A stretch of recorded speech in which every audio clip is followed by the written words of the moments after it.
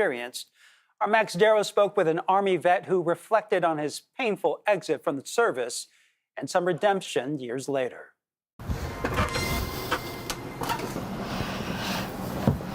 Mementos from a major part of Michael Higgins' life are in this box. Oh, heavy box. Photos bring back memories of his time in high school. Jesus, that's me. At military academy. I got straight A's. And then memories of his time serving the country. There's the Berlin Brigade Band. The U.S. Army veteran was stationed in Berlin in 1988, and he was proud to be there. It was me. I loved it. But that chapter of his life came to an abrupt halt after a year and a half, when he received a general discharge under honorable conditions. You see on the very bottom here? Punctuated by these words. Admission of homosexuality/bisexuality.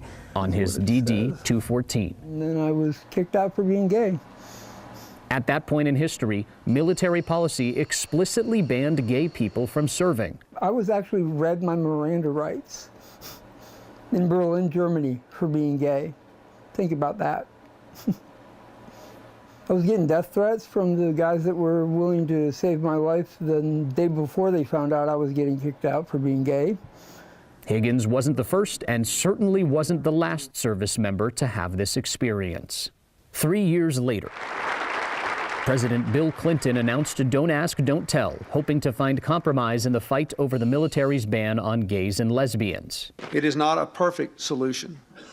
It is not identical with some of my own goals, and it certainly will not please everyone, perhaps not anyone. That it didn't. Don't ask, don't tell, won't work. It was met with protests and legal challenges from the get-go. James Zarza-Diaz is an associate professor of history at the University of San Francisco. The whole point of Don't Ask, Don't Tell was, we're not going to ask you, but if you volunteer that information or if you're caught, then you're in trouble. And it kind of created this whole kind of culture of stigma and taboo and fear. And that's why it was very controversial then and now. But it was the country's policy for 17 years. Our people sacrifice a lot for their country. Until 2010. Including their lives. When the Senate repealed it. None of them should have to sacrifice their integrity as well. And President Barack Obama inked it. This is done. Allowing gay, lesbian, and bisexual troops to serve openly. When the repeal occurred, it was this big sigh of relief after, again, generations of trying to move the needle, especially in the military, an institution that is arguably much more conservative than others. Then in 2021, President Biden overturned the Trump administration's ban on transgender people from serving in the military. What I'm doing is enabling all qualified Americans to serve their country in uniform. Now you have the commander-in-chief recognizing people who identify as transgender. This is for real East German money. A lot has changed since Higgins' duty came to a sudden and unceremonious end. It's an exponential difference is what it is, and in a positive direction. This is a military that has gone from it's illegal to be gay, period, and now we're naming one of our naval ships, after Harvey Milk. And the change of tides has allowed him to rewrite a part of his history. There's a big void on it. In 2022, Higgins received new discharge papers inked with the word honorable.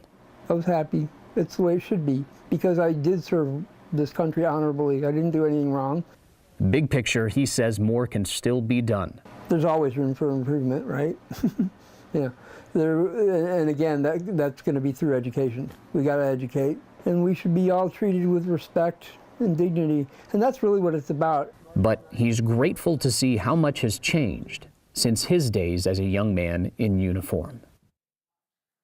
And today's ceremony is closed to the public, but you can watch it right here on our streaming service, CBS News Bay Area. Find us on the free CBS News app or on Pluto TV. The ceremony is scheduled to begin at 11 a.m. Still ahead on CBS News Bay Area, may have been the final opening day for the A's at the Coliseum. How frustrated fans sent a message to the team's owner from outside the stadium. Plus, living on the streets is hard enough, but when you have kids, it becomes a crisis. The cry for help from immigrant families who are begging for a safer place to call their own. And they were meant to prevent people from setting up tents on the sidewalk. Why these planter boxes that have popped up around San Francisco have drawn the attention of code inspectors.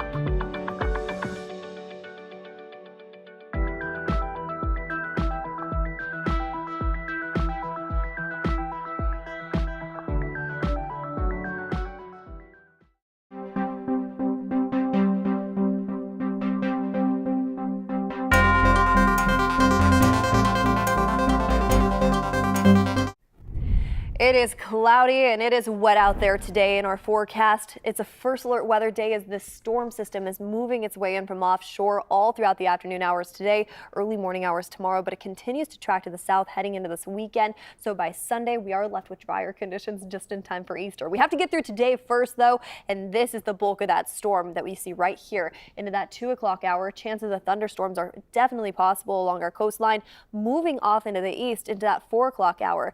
Now behind that, we're going to see some drier conditions with some isolated showers into the overnight hours tonight. A similar trend for our forecast tomorrow. Areas of low pressure, they actually work in a counterclockwise direction, so we'll watch that swirl its way just offshore, moving to the south as we head into our Saturday forecast, leaving us with some lingering showers into Saturday and then drier conditions as it continues to track to the south into Easter Sunday.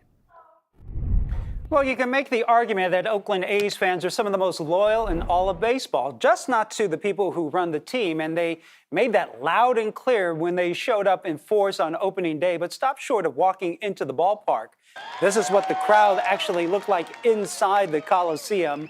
Just over 13,000. That's the A's smallest opening day crowd ever in a non-COVID year.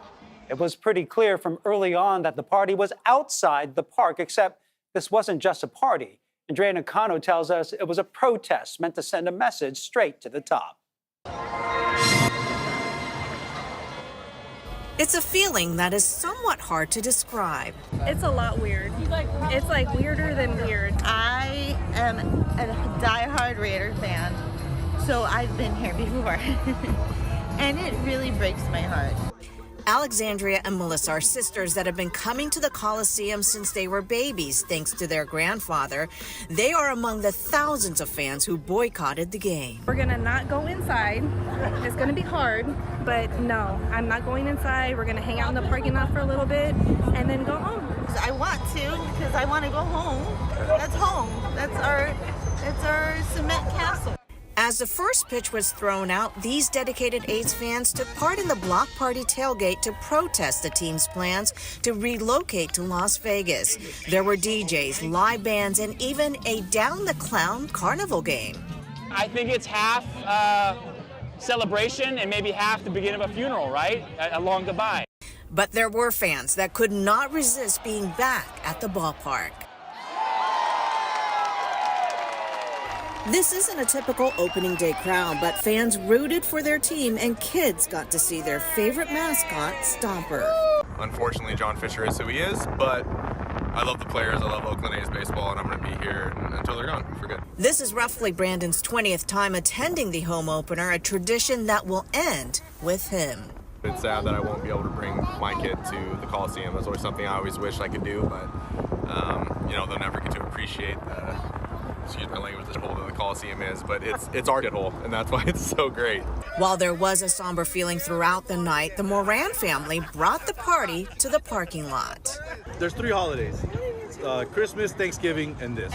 The Morans are hoping the A's relocation will mean more dollars so John Fisher can afford better players. If we're gonna move, let's just do it, right? Like, decide of it. Let's field a good team when you have a new stadium and everything else. If it's not working here, it's time to move on. And while one opening day tradition will end, another will begin. So if it's Vegas, you guys going to do opening day there?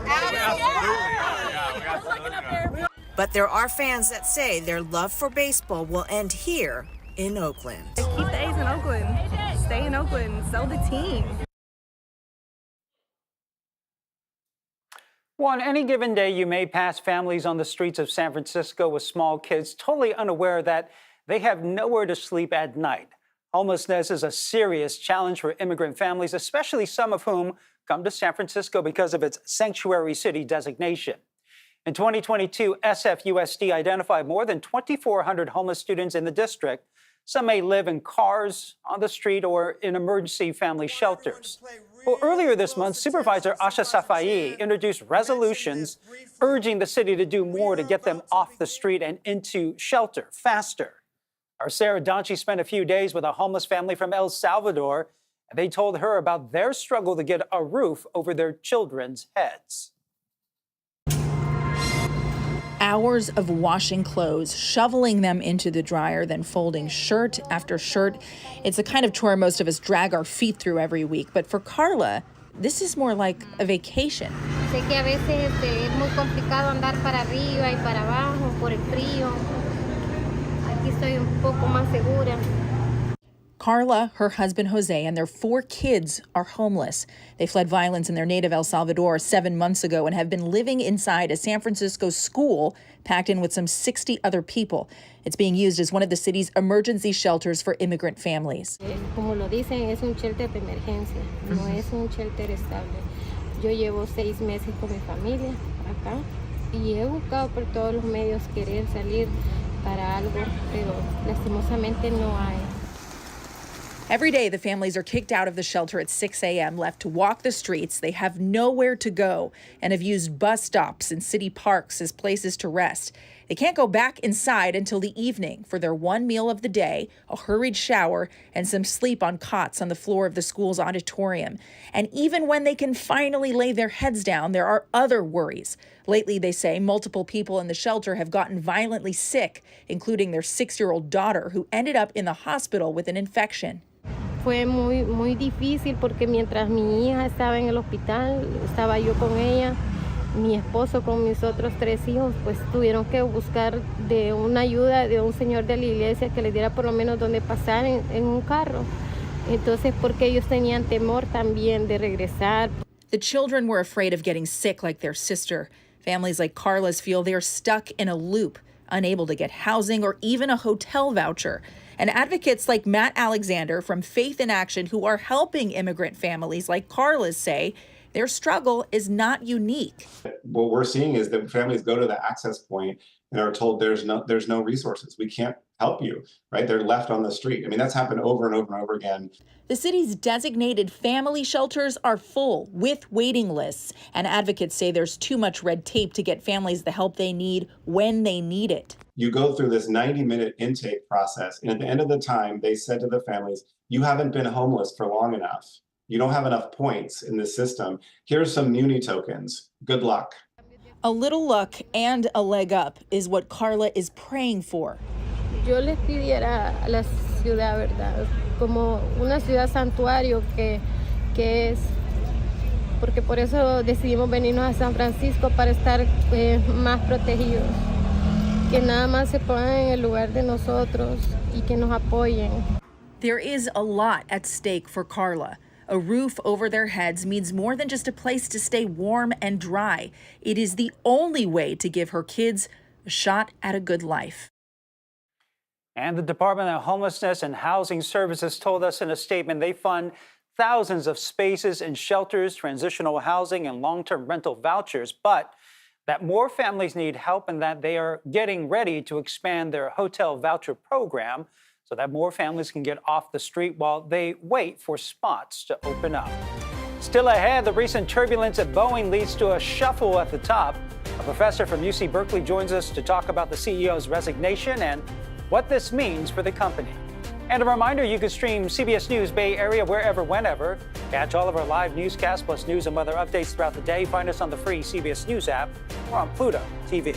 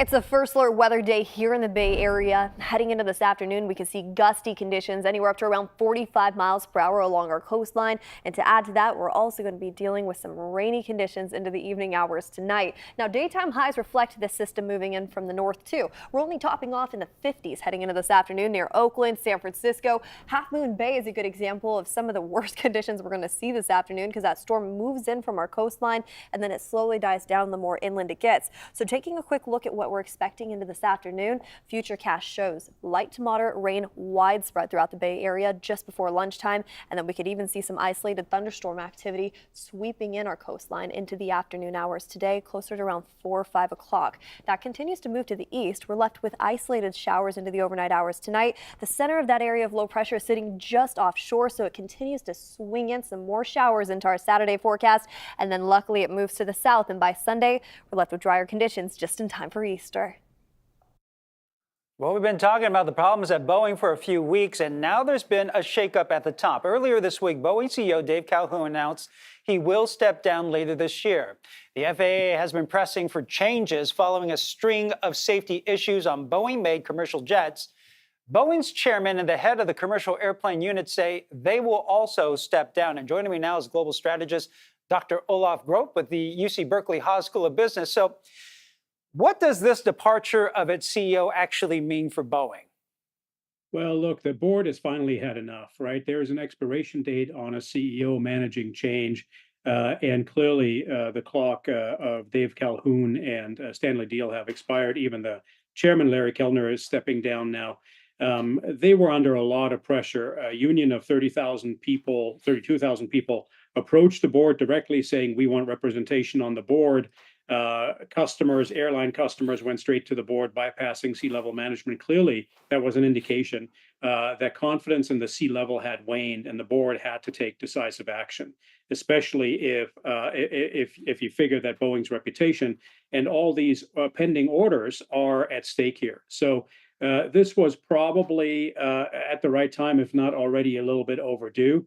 And what Boeing needs now is essentially a new CEO coming in, bringing with him or her or them a new cadre of leaders that say, look, clean slate for us, but we're going to be decisive here.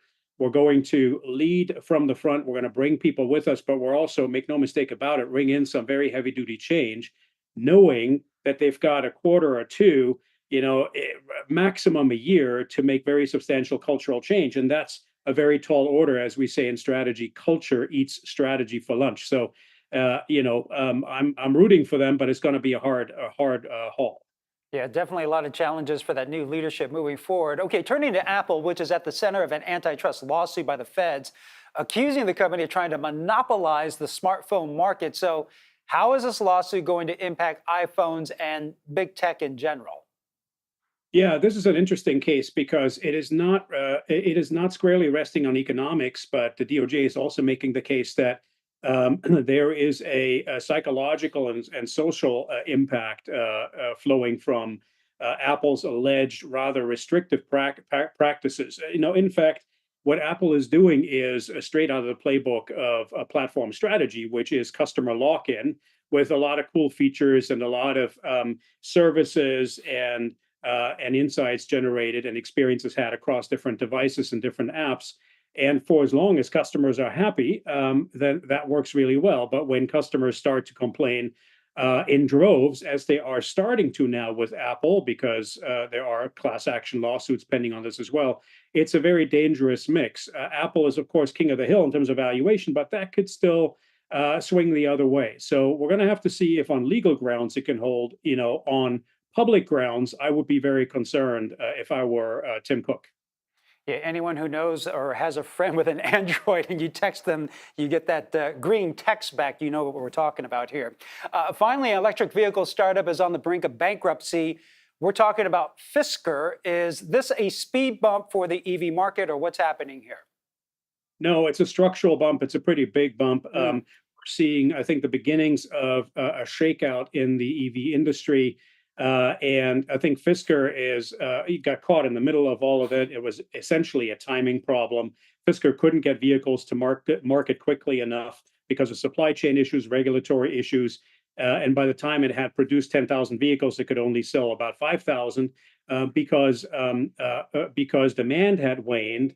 And consumers were doubtful about range and the infrastructure missing out there. And of course, there's a lot more competition now as well within the United States, but also from China. And so bad timing for Fisker, but it's not the only one. There were truck makers and van makers that are going out of business.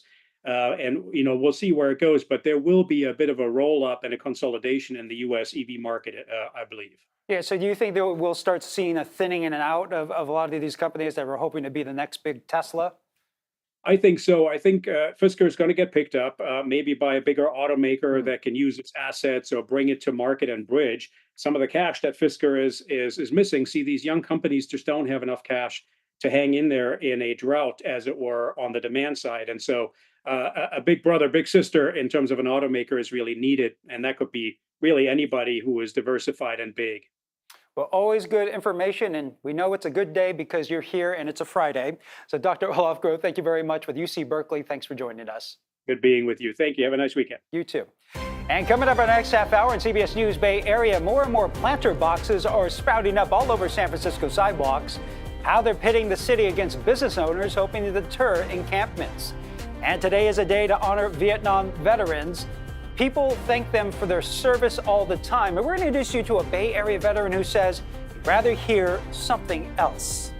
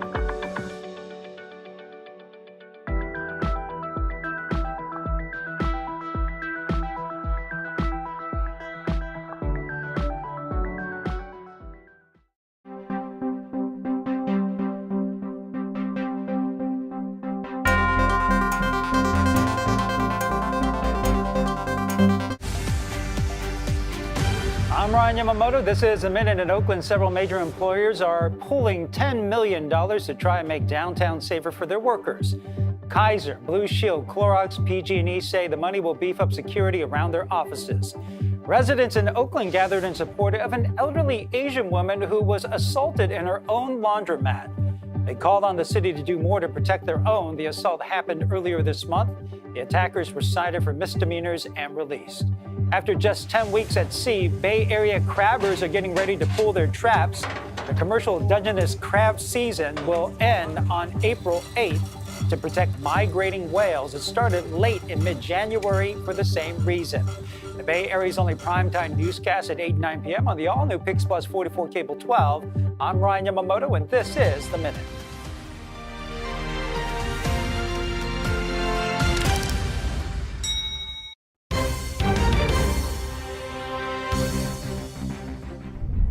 It's a first alert weather day here in the Bay Area with some active storms in the forecast all throughout this afternoon. Now, this is a part of an area of low pressure sitting just offshore, and that system will continue to track to the south heading into our weekend forecast. By Easter Sunday, we're left with drier conditions, but if you're traveling down to Southern California, you're following that storm that's impacting us here today. Now, watching the storm develop into the afternoon hours, we can see some light to moderate rain widespread throughout the forecast this morning, but it really starts to ramp up close to around lunchtime into that 2 o'clock hour even, with some chances of thunderstorm activity possible along our coastline as that storm continues to track to the east. Now, we continue to watch drier conditions develop up into the North Bay just around 4 o'clock, but it's still active down south near San Jose, stretching into Santa Cruz, and that moves off into the Sacramento Valley into the evening hours tonight. We see that rotation from the center of that area of low pressure sitting just offshore, bringing in some more showers for us into our early morning hours tomorrow, but luckily that storm system continues to track to the south, drying us up just in time for Easter Sunday. Now, with that storm, we're also seeing gusty conditions. Those winds sweeping in from the south, anywhere up to around 15 to 20 miles per hour in our inland areas, will really start to ramp up into this afternoon along our coastline. We can see wind speeds anywhere up to around 30 to 40 miles per hour along our coast as that storm really settles its way in. So the National Weather Service has issued a wind advisory that will stay in effect until tomorrow morning, just around 11 a.m. But let's take it a step back and let's talk about today a bit more. Daytime highs today are a lot cooler compared to, just earlier this week in general. We're talking about low 50s in San Francisco, Concord, stretching off into Antioch too, all the way down into the Santa Clara Valley. It's a cool, wet day for us today with those windy conditions lasting into the evening hours tonight. Now, as we take a look at the next 7 days, Easter Sunday is looking great, really. Cloudy, yes, but at least it's a little bit warmer by Sunday, and we continue to warm up into the 70s into early next week for Monday and Tuesday, with upper 70s by Tuesday and plenty of sunshine to linger around into mid portions of next week. Well, you may have noticed a number of planters appearing on San Francisco's sidewalks. They are aimed at preventing homeless people from setting up tents. But as Wilson Walker explains, the planters are also causing some problems on their own.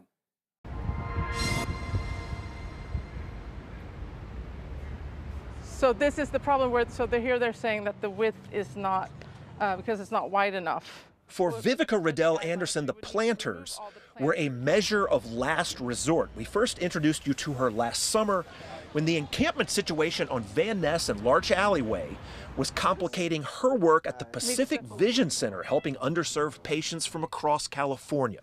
We have a lot of patients who are coming in for sight-saving care, so it's really important that they can navigate these sidewalks. So we just did what everybody else had done, and it has dramatically allowed us to now have sidewalks that people can navigate. But now Anderson and many of her neighbors have been informed by Public Works that most of these planters are in various forms of violation.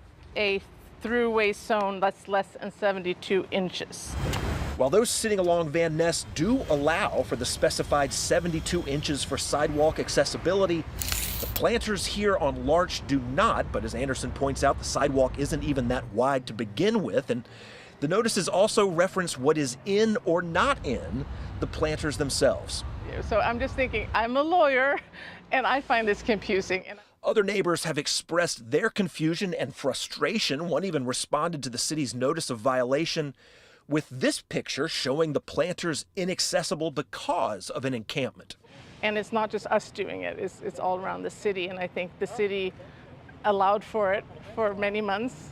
So why the sudden crackdown? Well, Public Works acknowledges that these cases are investigated based on complaints. So who is complaining? Well, homeless advocates have long considered these to be hostile architecture, and while no one wanted to speak with us on camera, it is no secret that advocates have been filing complaints against what would just be a question of letter of the law violation. Now, the frustration for some folks like Anderson is that when these sidewalks were blocked completely by tents, no one seemed to care. When there were tents blocking the whole sidewalk, we didn't get any help. We believe that no one should have to be camping on the sidewalks in San Francisco, and we also believe that no one should be able to camp on the sidewalks in San Francisco. Supervisor Raphael Mandelman says the answer is expanding shelter capacity to speed up the efforts to get people off the sidewalks. The planter debate, he says, a symptom of the larger problem. It's incredibly frustrating that people who are doing this, who are taking it on themselves to do something, to take care of a problem that the city actually ought to be solving, are then getting hit with these notices. And we know for a fact that if we remove those planters, then the encampments can come back. Anderson stresses the planters came from a position of desperation, a nonprofit trying to help those in need but struggling on its own against the city's challenges. Again, I want the solution for the homeless, absolutely, but I also want the city to work with us because we're a downtown in San Francisco, providing critical access to care to people with no insurance, on Medicare, on Medi-Cal, and so we're just asking, please, for the city to come out and meet with us, and let's come up with a new solution, but just removing them will not work. So what about the sidewalks that are already too narrow to begin with? Questions like that. Well, Public Works tells me they want what they're calling an accessible path where possible, and they say that no fines have been issued yet, but the planner debate, just one of these ongoing flashpoints as San Francisco tries to resolve these larger issues, homelessness and drug abuse on city sidewalks. And according to the mayor's office, the city counted a total of 385 sidewalk tents at one point in time in February. That's 37% fewer than they counted in July of 2023.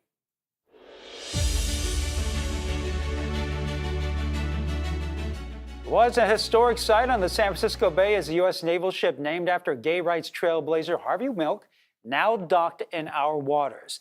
The ship is hosting a special National Vietnam War Veterans Day commemoration. Our Itai Ha met up with one Bay Area Vietnam vet and asked him how this moment in history is more ways than one very historic.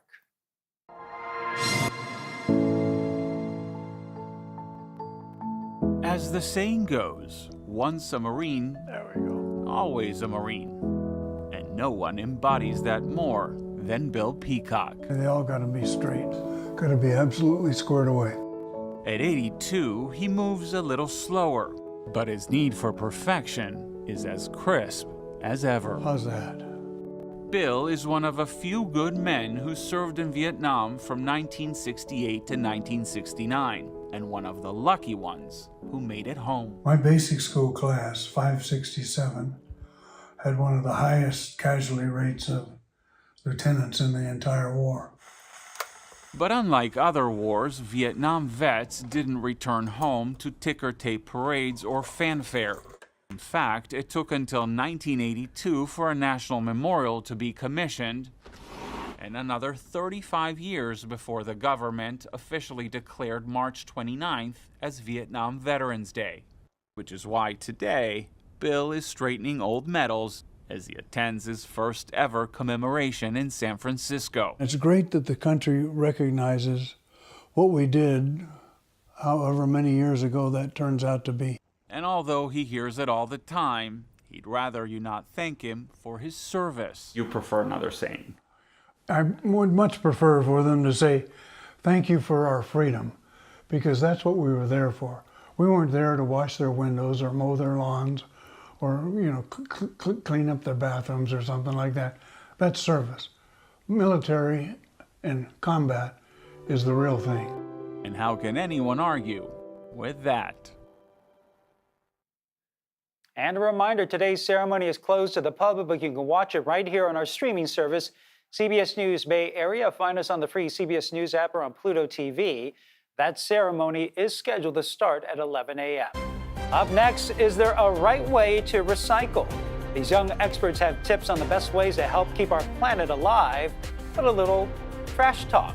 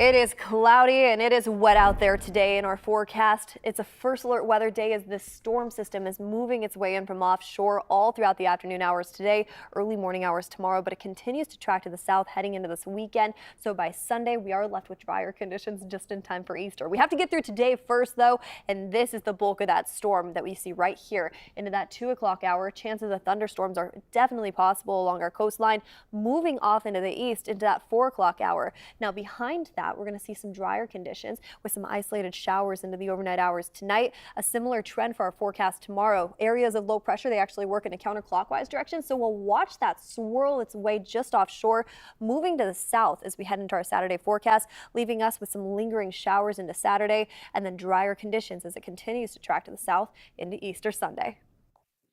Well, March Madness continues today, and the Stanford women are hitting the court tonight, hoping to reach the Elite Eight. The second seed takes on three-seeded NC State in Portland. If Stanford gets the win, it would mark their third time advancing to the Elite Eight in the past 4 years. And during March Madness, many of us will take advantage of the food deals and freebies offered by restaurants. But what are you going to do with the empty chip bag and pizza boxes? On today's Project Earth, some real trash talking is in order. Our Sarah Donchi spoke to a top team for advice. It's lunchtime at Glenwood Elementary in San Rafael. Tucked into the lunch bags and boxes, cheese and tortilla roll, chicken noodle soup, half-Asian burrito. It's a cucumber and radish salad, some pistachio nuts. But before students head back to class, a trip to the recycling bins. These kids know what goes where. That's thanks, in part, to the school's Green Team. The Green Team is a group of really dedicated kids who care about the environment, and they're trying to help our whole school learn how to sort their waste. And there's a lot of waste, about 2 billion tons generated each year around the world. Not only that, but 40% of all the food we bring home ends up in a landfill. And that landfill mix is helping to fuel climate change by creating a potent greenhouse gas. It creates methane. Methane is a greenhouse gas that can lead to pollution to our environment. 15% of greenhouse gases come from landfill. If organic waste like food or soiled paper is not composted, it rots and produces methane. And that's contributing to more extreme weather events, like droughts and wildfires. Surveys show more than 55% of Americans are confused by recycling. That includes seasoned news veterans. Found inside the KPIX bins, soiled paper towels and cups thrown into landfill, a fruit salad sealed in a Ziploc dumped into compost, and an unemptied cup of soup tossed into recycling. So we asked the Green Team for help. Organic food in the compost, soft plastic in the trash. What does not go into recycling? Food waste, candy wrappers, chip bags. What does not go into compost? Plastic bags and wrappers and like straws and those things. And finally, what does not go into landfill? Banana peels or soiled papers or even plants. But what about this? At KPIX in the landfill bin, a sealed plastic bag containing an aluminum can, sardines, used paper towels, a soiled paper plate, and a plastic fork. It's gross. I think that that is definitely not the best choice to do. This is the type of thing where people are just too lazy to do it. Bottom line, the Green Team insists sorting is simple. It's just not that hard. Just always follow the stickers or like the instructions when it comes to trash. And that's the best kind of trash talking. Okay, guilty as charged. That was probably some of my stuff in there. Okay, for more tips on how you can protect the planet, log on to our website, kpix.com, to see all of our Project Earth reports. And coming up, women of all faiths gathered at the United Nations this week for a peace summit. Details of their plan to decrease conflict all across the globe.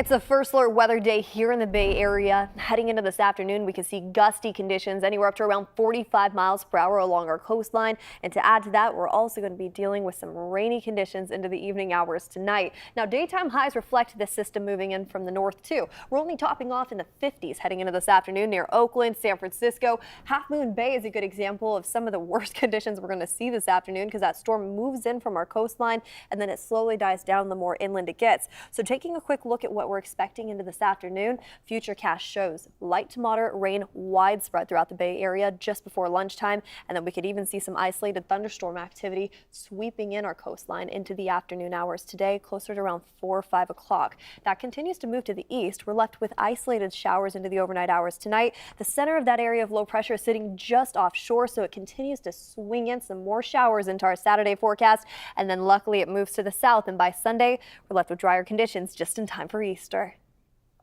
From Ukraine to the Middle East, war may be raging, but there is a force of women who are championing peace. It is a movement our Lorene Ayub not only reported on, but also contributed to in the Big Apple. As we close out Women's History Month, I had a chance to share a poem here at the United Nations in New York. Alongside differing leaders and diplomats, people came together from both sides of the spectrum to agree on one main thing: a shared hope for a peaceful future. The United Nations. It's a symbol of intended peaceful cooperation for a world full of diverse policies and perspectives. But in a day and age where war and inter-ethnic turmoil carry on both locally and globally, it can be hard to maintain that intention. Cue Shireen Tabor, an Iranian-American woman who refuses to lose hope in the face of conflict. Through her globally impactful nonprofit, Empower Women Media, Shireen put on an interfaith Abrahamic panel at the UN, bringing together Arab and Jewish, Muslim and Christian, female leaders who have not given up on building bridges. We know women are often the first responders to conflict, and we knew that if we could get women in the room together, mothers, sisters, daughters, that we could actually activate peace and reignite the Abraham Accords. From the painful dialogue around the Israel-Gaza conflict to the ongoing hate crimes affecting nearly every people group in the U.S., the gathering included panels and presentations, including a spoken word poem I had the humbling opportunity to present entitled "What If?", a rhythmic reminder of the sacred value every human equally carries, regardless of one's cultural background. Survivals, and yet in God's eyes, there's no such thing as a life more worthy than another.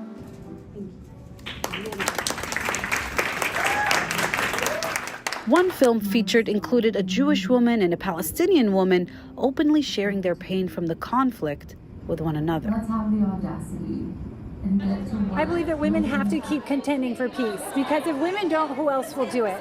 As Michelle Obama said, it could take 300 years to empower women. We think it can happen sooner, and we think where the world's at today, where there's so much division, that women can actually drive that change. A study from the International Peace Institute found that peace agreements are 35% more likely to last at least 15 years when women are involved in the negotiation process. We're a little reluctant to hear each other. Shireen believes in the power of female-led reconciliation. Unity is possible. It's getting people in the room together. They're maybe perhaps normally back to back, getting them face to face, having those conversations, building trust, and creating a path forward. And forward is the only direction Shireen hopes such efforts will take the world. Well, thanks for streaming CBS News Bay Area. I'm Ryan Yamamoto. Our special live coverage of the USNS Harvey Milk ceremony. That is coming up next.